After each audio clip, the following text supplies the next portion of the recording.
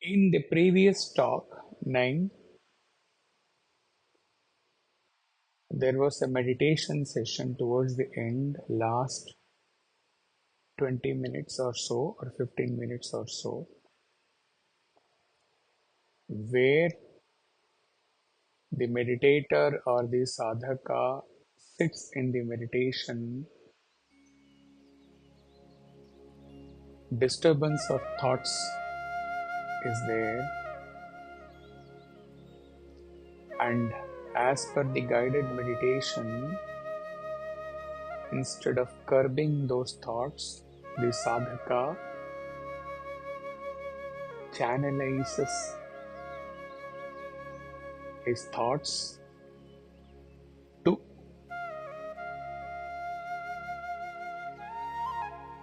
something positive, some milestone session.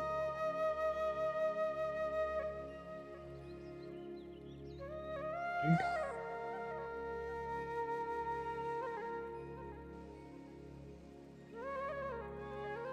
say, for example, the Shiva Rahasya talks and asserts to himself, I am the light Shiva.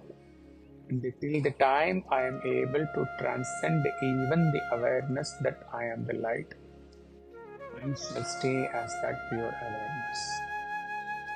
With this affirmation, with this conviction, he proceeds in his nididhyasana. Thoughts are reduced and gone. Mind is fully focused on the Shiva Rahasya affirmation. In the intensity of the Shiva Rahasya affirmation, the mind is transcended. No mind means no creation. And ultimately, the sadhaka exists as pure awareness, leaving it to the Shiva Almighty or Sai to take him one day beyond the awareness of awareness. The last part of the journey, where the talk ended with an altogether different dimension of the Beda Par Karo, where it meant that the final Uddhar for which the meditator is praying is to take him to that height of heights where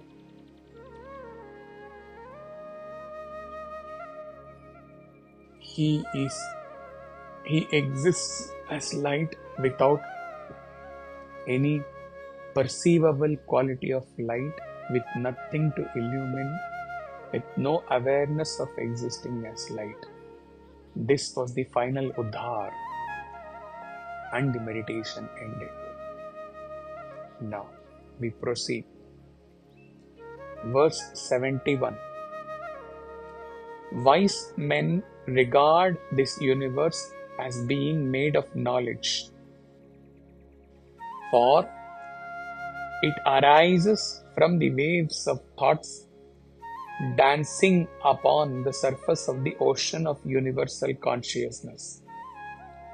That great intelligence, which is boundless and radiant beyond measure, fashions thought from its rays of light. Thought gives rise to perceptions, and perceptions make up the object of the world.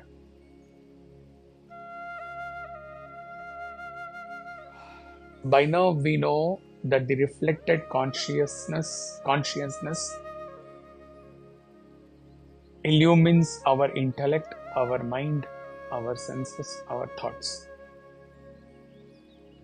Thought is related with wave in this verse, or waves in this verse, that which arises from the ocean of consciousness. While the ocean is real, unchanging, eternal, the wave, the thought, though it has arisen from the ocean of consciousness, though it is illumined by consciousness, yet the wave or the thoughts are ever changing, never steady. From such thoughts, perceptions arise. And the world, this verse says, is only a perception of your thoughts. Universe is nothing but your own creation, created by thoughts arising in you. The apparent world is nothing but perception. But the beauty which the verse conveys is that even for such world arising due to your perceived thoughts, the origin is nothing but the ocean of consciousness. So, the subtle lesson or the indication in this verse is to leave the perceived world arising out of your thoughts. Focus on the source of your thoughts, the pure consciousness, and strive to merge in that and be that forever. Verse 72. Thus, men of higher vision know that the world is made of knowledge, yet the dim-sighted see it as nothing but physical matter of objects. Their vision being faulty and blunt, they see not beyond the surface.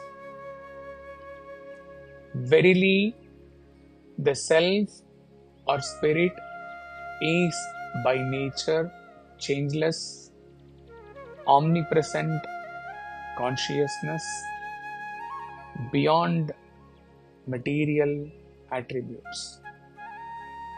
But it is held to be insentient matter by men of wrong knowledge. For only the perfect ones can see what perfect is. Dim-sighted here refers to the sight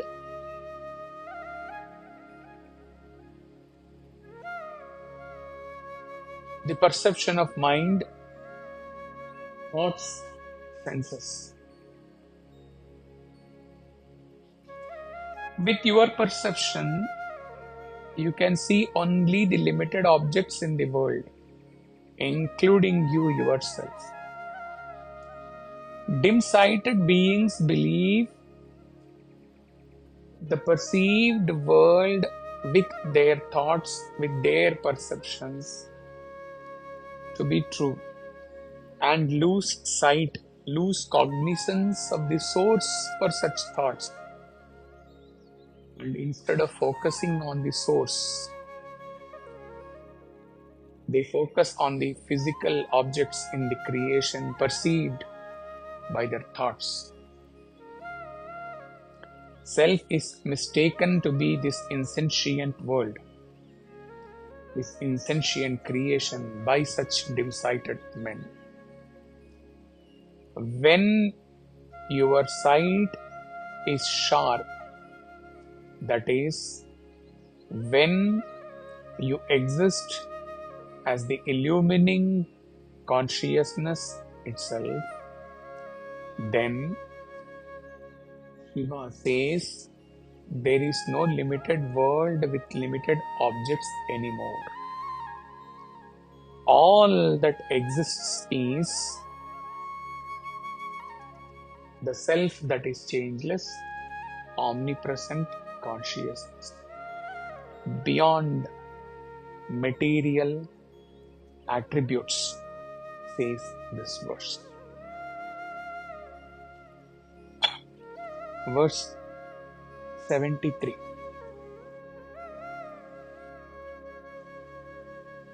As the pure crystal, when in contact with the red object, like the seeds of the gunja berry appears to be red, or a looking glass appears to take the shape of the objects reflected therein,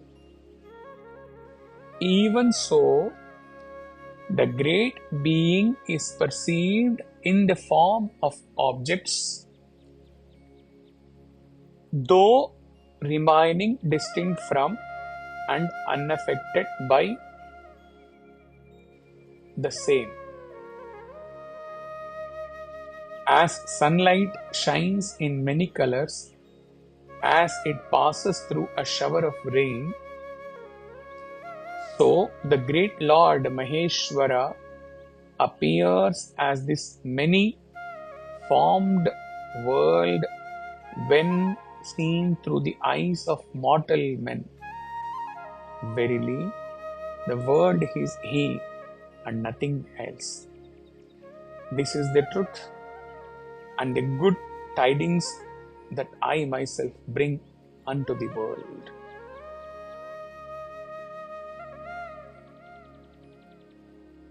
Reference to the essence of this verse is given in an earlier verse where we learned that the light reflecting through a red gem assumes red color.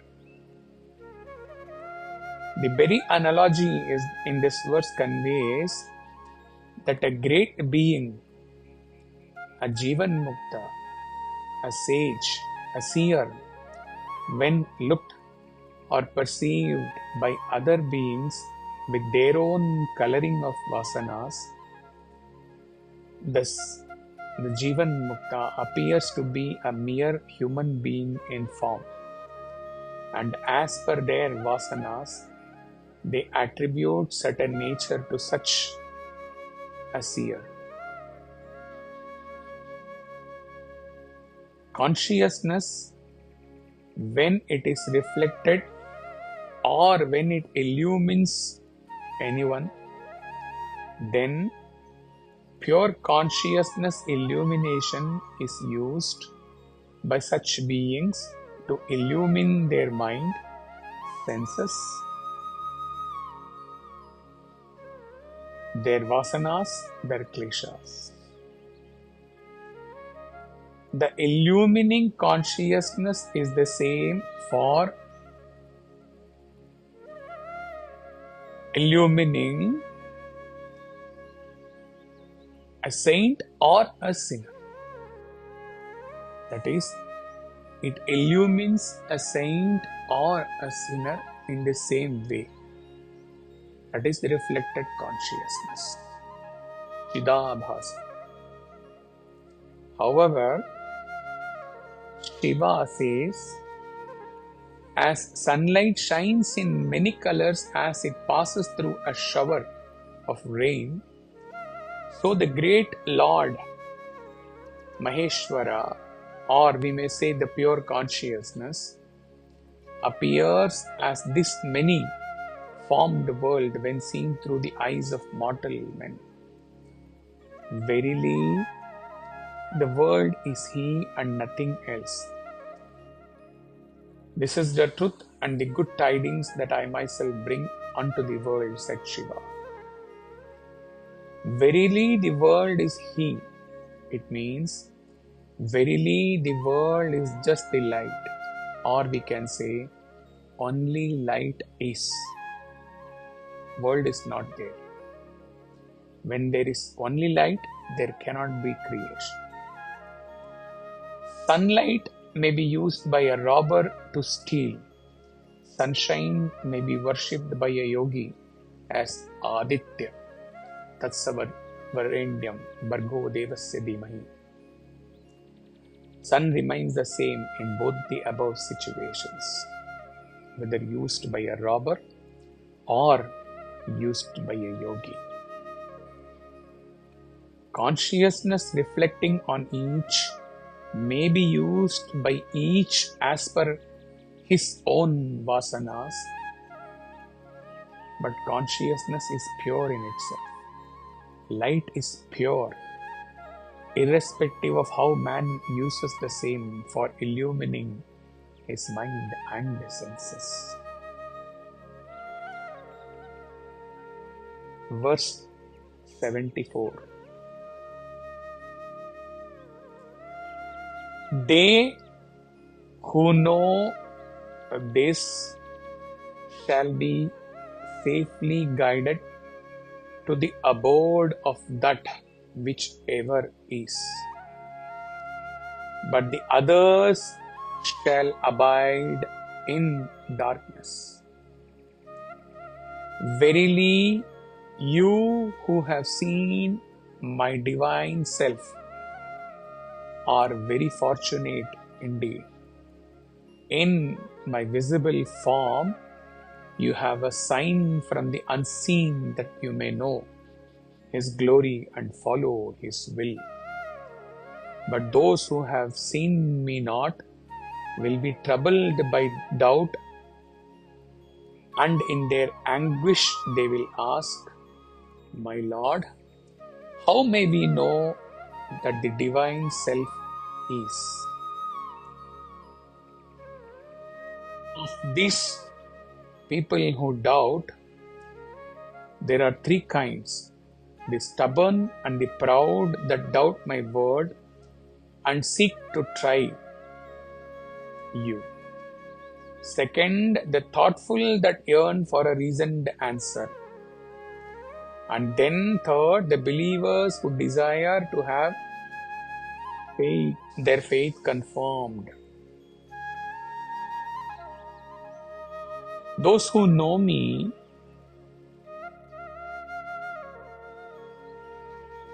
here is just not knowing an object, knowing Shiva as knowing an object. But it means those who are aware. It is pure knowledge, pure chit, pure chaitanya, pure awareness. Knowledge with nothing to be known in objective sense. Shiva says they shall stay in abode, the abode of Prashanti, the abode of bliss. And he confirms that such beings are fortunate indeed, those who have really seen and known me, says Shiva. That means those who have really seen and known me as Satchit Ananda Shiva and are existing verily as me, Satchit Ananda. They are very fortunate, says Shiva. In his visible form, he says, there is a clue, there is a sign to get deeper into my unseen, formless form, the light. Those who have not realized me as self, as light, will always live with their doubts as to how Shiva can be the divine self. Or they will always be doubtful in believing that everything is just Shiva. Everything is just the light. Everything is just the pure awareness self. Shiva categorizes such doubting people into three. Those who are stubborn and proud. This is the category of jivas who live with their full gross level of ego. Stubborn and proud. They can never reach Lord and merge with the Lord and exist as Lord or Self. Because they are stubborn and proud about whatever they are in human form with their given body, mind, intellect, vasanas, desire, attachments, etc. When you are proud about one level of your existence, how can you strive to move to the other level?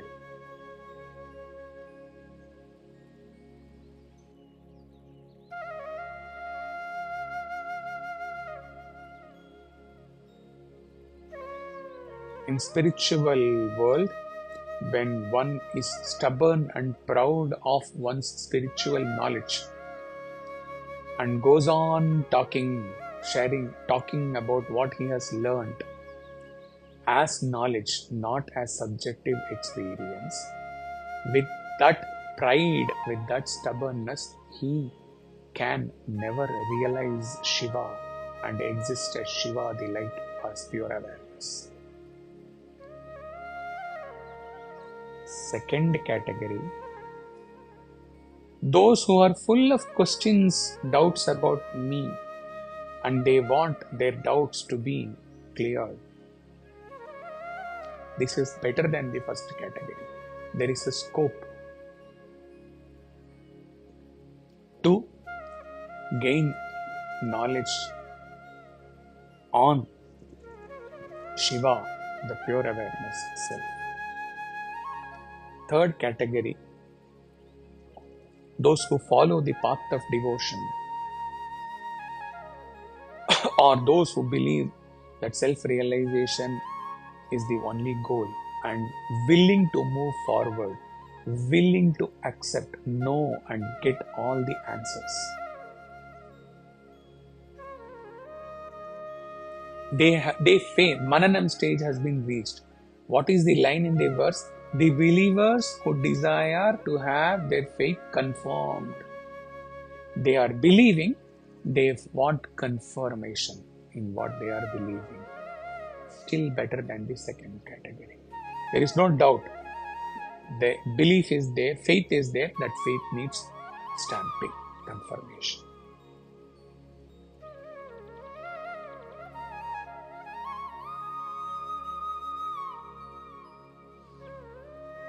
Verse 75. Say to the stubborn and proud, O you of little faith, life on earth lasts but a moment. Before you know it, you are overcome by death. Of this there can be no doubt. If at the end of your life you find that there is no afterlife and no God, then you shall have no reason for concern. For he that no longer is has no concerns. But if at the end of this life you find that there is an afterlife and a God, then you shall be overcome by remorse. Then you shall cry, alas! Would that I had not come hither unprepared, for you will go to an unknown place unprepared, like a fool who sets upon a long journey with no provisions and no knowledge of the land he is bound for. A very profound verse for contemplation, introspection rather. Therefore, beware, the verse is continuing. Therefore, beware, do not knowingly walk in the footsteps of fools.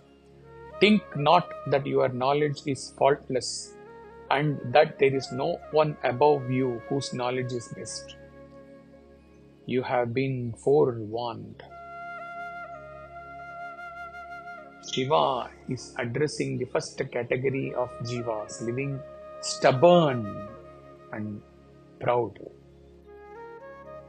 He says to them, suppose if there was no rebirth at all, then you may live your life in your own way. There is no reason for concern at all. You live in whatever way you want, and you die, and there is no rebirth, suppose. But we know in the Sanatana Dharma, in the Hindu philosophy, we know that there is rebirth. And here Shiva wants. There is rebirth. So after your death, you have to face Lord and then be born again with the accumulation of all your effects of all your actions. Sanchita karmas committed in previous birth, lived with no fear of sin, no love for God, not recognizing the need to realize God.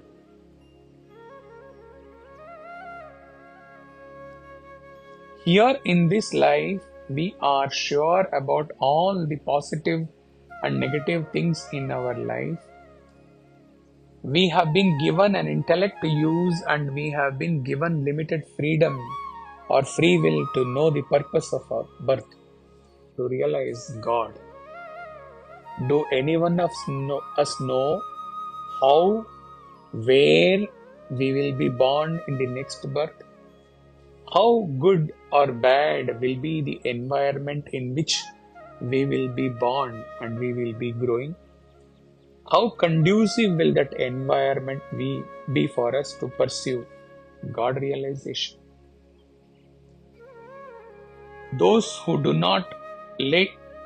not led their life in spiritual path, with no concern that they have to come back again and again to clear their karma, their unpreparedness has been compared with a fool who has set on a long journey without carrying adequate food or provision, without knowing where he is, without knowing to which land he is proceeding. Let us take this clear warning given in this verse on a more positive note. When you look at the worst environment, people placed at worst situation, with worst health, with worst family situation than our health, our environment, our situation, you have to know your environment and to reconcile with whatever, wherever you are, whatever you are undergoing, and to say to yourself, whatever I am going through, I am better than many other beings in the world, and I shall make best use of my present birth, my present phase in life, my present day, my present moment to pursue God realization. Especially for those who are believing in Swami, I have God who incarnated on earth to teach me. And especially if at all anyone is left out in this world to sincerely believe in the Guru Tattva, then he can say, I am blessed with a Guru who works day and night to see me evolve in my spiritual path. I have opportunity to attend the satsangs and dive deep on the satsang learning.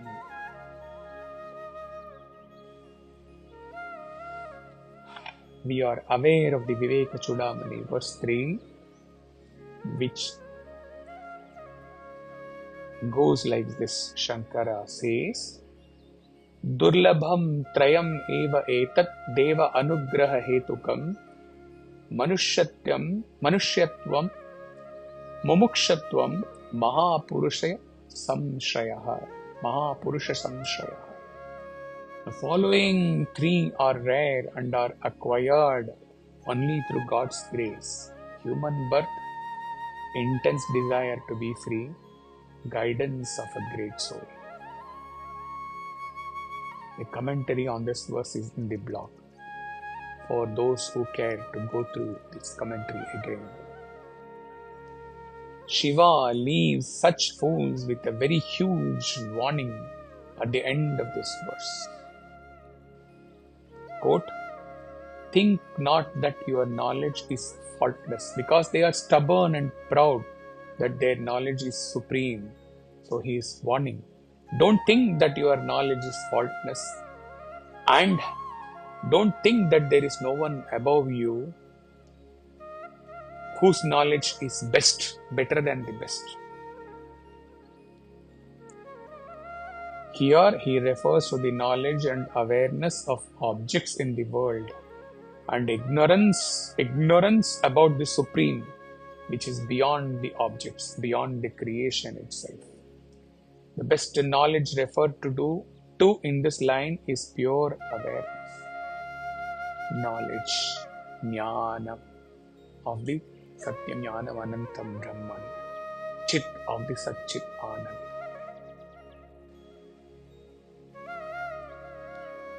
Chidakasha,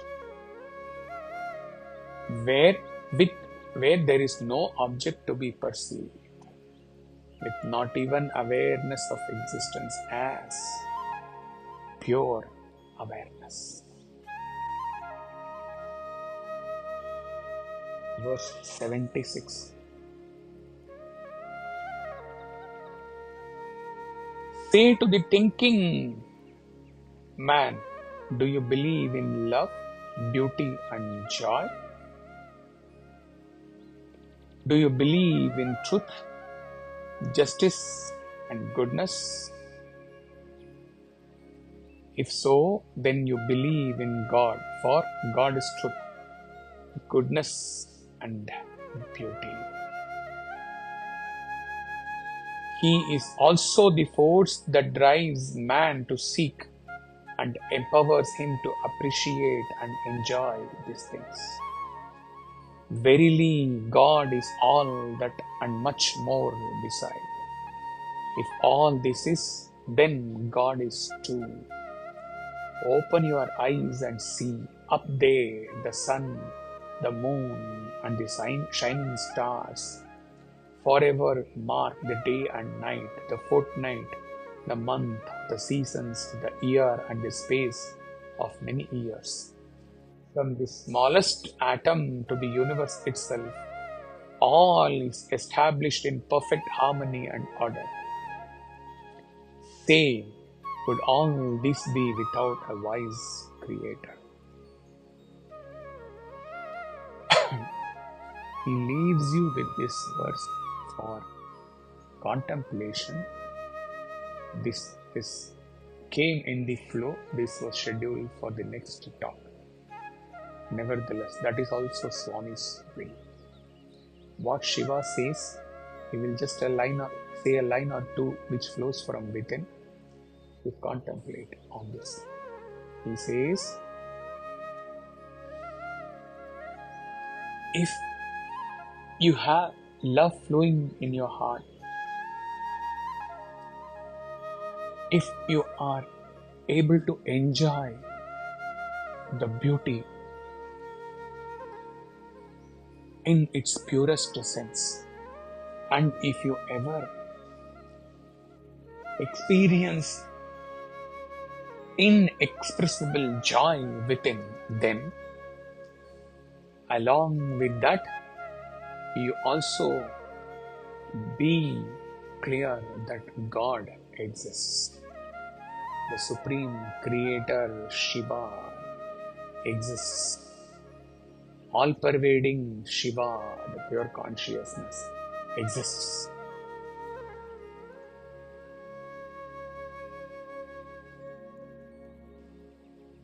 Because God is Satyam, Shivam, Sundaram, truth, goodness and beauty. And Shiva has also described that all this sun, moon, stars, all these things, Anor, Aniyam, Mahato, Mahiyam, smallest atom to the universe itself, how perfectly everything is established in peace, harmony. How is it possible without the Supreme Creator being there, borrowing whose pure energy consciousness Somehow the sun, moon, stars, all they have sprung up. A beautiful verse for contemplation at the end, very positive verse after talking about the stubborn and the pride and all others fools. This had to happen, so this verse flowed at the end, though it was not to be there in top 10.